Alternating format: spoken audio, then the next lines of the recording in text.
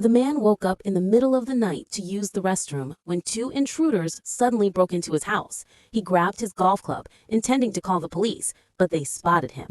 A thief pointed a gun, forcing him to put down his phone and hand over the cash to ensure his safety.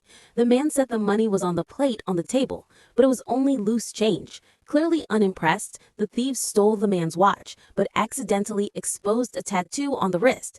Just then, his son unexpectedly fought back, grappling with the other thief. The man seized the moment, raising his golf club. He could have struck and taken down the thief, but he hesitated and held back, instead ordering his son, "Don't be reckless." The child let go of the thief. His wife, hearing the commotion, rushed out. Seeing her husband's weakness, she could only plead with the thieves to take everything they wanted, as long as everyone was safe. The two thieves cursed and then left. The man quickly locked the door. His cowardly actions left his son completely confused. "Dad, what's wrong?" Even the police officers mocked him, sarcastically suggesting he should lock his garage better next time. His wife felt a surge of resentment. Why did she marry such a coward? This strained their already fragile marriage even further. They even slept with a pillow barrier between them. But was the man truly a coward? Absolutely not. His name is Hutch, and he was once a top CIA operative. 20 years ago, while carrying out an assassination mission, he disobeyed orders and spared the target.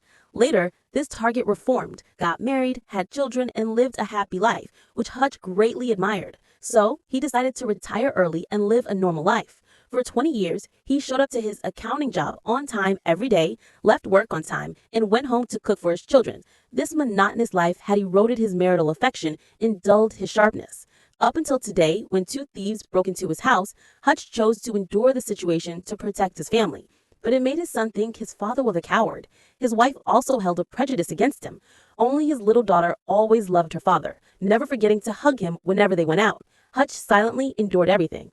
After his family left, he angrily dumped his uneaten breakfast. A neighbor hearing the news of the break-in bragged that he was lucky the thieves didn't come to his house, or he would have taught them a lesson. His brother-in-law, a security guard at the same company as Hutch, scornfully gave his brother-in-law a gun, telling him to protect his sister and nephew. Hutch took the bun and casually put it in a cookie tin in the refrigerator. Faced with countless skeptical and mocking remarks, Hutch paid them no mind. He was simply protecting his family in his own way. Back in his office, he locked the door and opened the secret radio device in his cabinet. The voice of his contact, also retired, echoed inside. The news from last night spread very quickly. The contact wanted to know what happened. Hutch said the thieves were a man and a woman, about 30 years old. The woman was holding an old gun that hadn't been fired in a long time. Plus, the chamber was empty. That's why I didn't act. Although his family was safe, the incident plunged Hutch into boundless sadness. The latent violence within him was about to erupt. That evening, when he got home, his daughter said that her cat-shaped bracelet was missing. It had been left in the coin dish, so the thieves must have taken it. Hutch was Hutch's darling. He could not bear it anymore. He went out to his father's nursing home. From a box, he took out his father's expired ID papers, a wad of cash, and a small pistol. Seeing his son regaining his form, a spark of light flickered in the old man's eyes. Hutch went to every tattoo shop to find the person with the bird tattoo on his wrist. Several shops in a row said they had never seen him. He continued asking people one by one. This tattoo shop owner seemed to have some history. The old soldier next to him was even more discerning. The tattoo shop owner glanced and recognized the expired ID papers, and the picture on it was not Hutch. He thought, "We've got trouble today," and raised his steel fist. The two burly men behind him were also itching to fight. Hutch calmly took out the cash, saying he only wanted to find someone, not to cause trouble. The old soldier, seeing the playing card tattoo on his wrist, immediately said respectfully, "Thank you for your service to the country. You are a former comrade." The old soldier locked the entrance and closed the steel shutters. The tattoo shop owner instantly realized, the man in front of us is not someone we can afford to offend. "How can I help you?" "I'm looking for this person." Following the lead, Hutch found the target's house. The thieves were an immigrant Mexican couple. Hutch didn't say much, directly striking the man's head with the butt of his gun, demanding they return the watch and the cat bracelet. The woman quickly returned the watch, but they truly had never seen the bracelet. Hutch was furious. "Looks like I have to teach them a lesson." He knocked the man down and loaded his gun. Just then, a child's cry rang out from the next room. Hutch opened the door to see that the couple's child had a congenital disease. They had resorted to stealing only to pay for their child's treatment. Hutch immediately put his gun away, deciding not to make things difficult for this family, but his pent-up rage had nowhere to go. Helplessly, he punched the wall hard. The scene shifts to a bus. Because it was the last trip, there were only 3 passengers. Hutch returned home sadly, thinking this fire of rage would never ignite. Unexpectedly, an SUV blocked the bus, and then several drunkards stepped out of the car. It looks like they had been drinking quite a bit. They furiously pounded on the bus door. The driver had no choice but to open it. Hutch sat in the last row, the melody of a cheerful hymn playing in his mind. The drunkards brought their liquor bottles onto the bus, snatched a book from a passenger's hand, and stomped on it mercilessly. The passenger realized, "Don't poke the bear," and swallowed his anger and left. The drunkards wouldn't let it go, continuing to tease a young girl with an innocent face. Hutch smiled strangely, stood up, and walked past them. The girl looked at him with pleading eyes. He walked straight through the cabin, took the phone the driver was about to use to call the police, and very politely asked the girl to get off the bus and close the door. He stayed behind alone. He took out his revolver and unloaded all the bullets. "I'm gonna kill you." The Hugs burst into laughter, thinking one person was enough to deal with this old man. The man with the braided hair attacked first.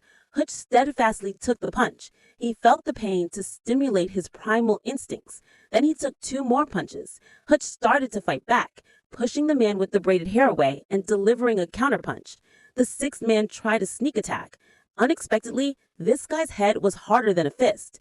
The drunkards fell one after another. Their comrades pulled out knives, unexpectedly stabbing Hutch in the side. He endured the pain and countered with the punch. They fought dirty, swarming at him. Alone against so many hands, Hutch was kicked away, but the drunkards weren't much better off.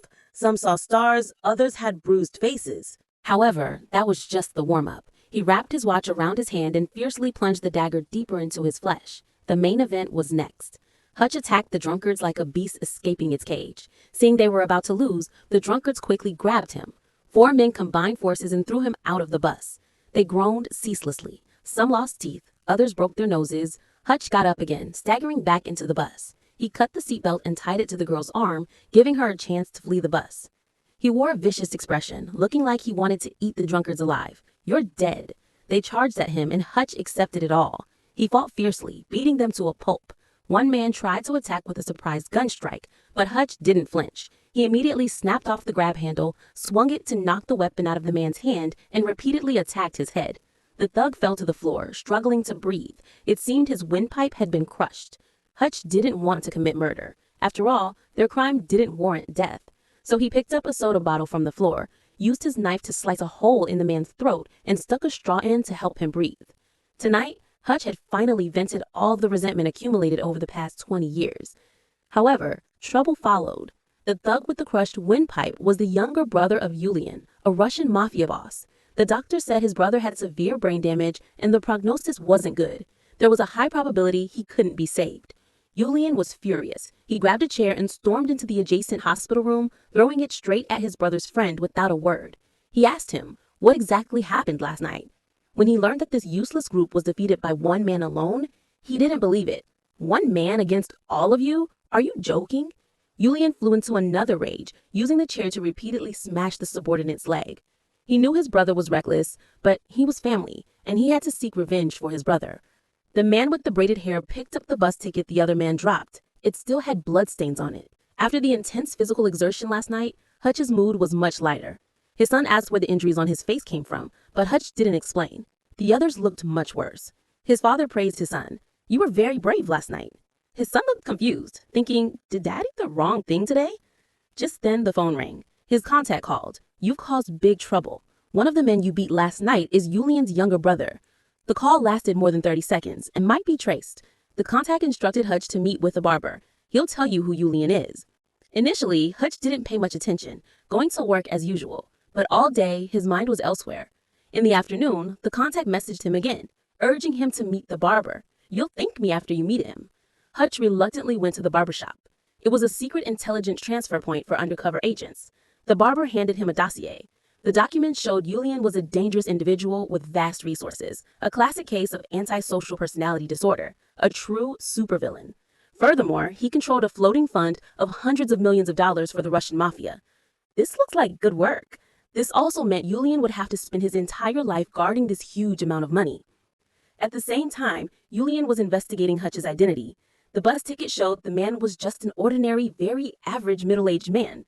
But how could an ordinary man take on 6 people all alone?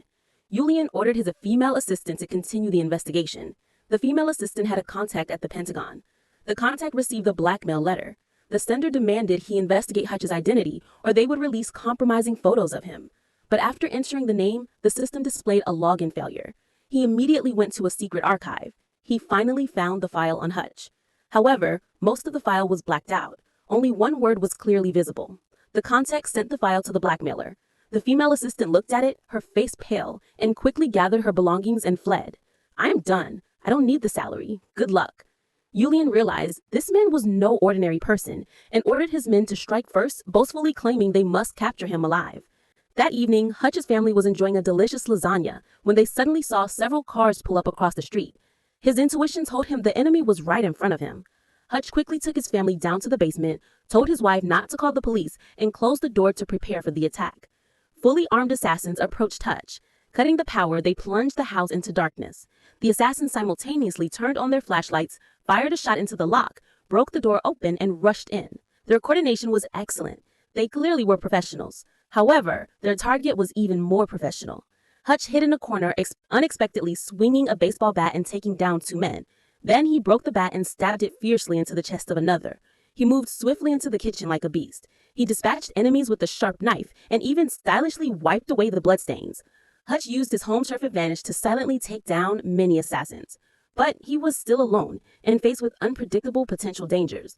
An assassin used a stun gun to knock him unconscious, then dragged him into the trunk of a car. When Hutch woke up, his hands were cuffed behind his back. He immediately broke his thumb, easily freeing himself from the restraints. Then, enduring the pain, he reset the joint.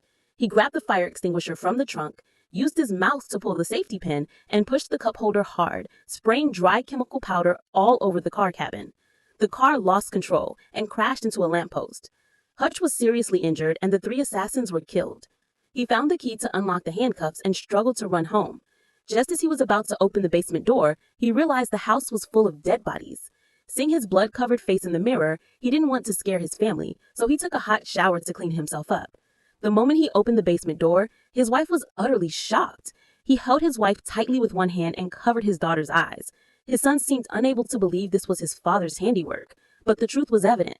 His father had been hiding his true self all along, waiting for the right moment. Hutch put his family into the car, telling them to go stay outside for a few days. His wife wanted a clear explanation from her husband, but it wasn't the time. He just begged his wife to trust him one more time. He promised to explain everything clearly after resolving the matter. After his family left, he opened his game console. Inside was all the wealth he had hidden.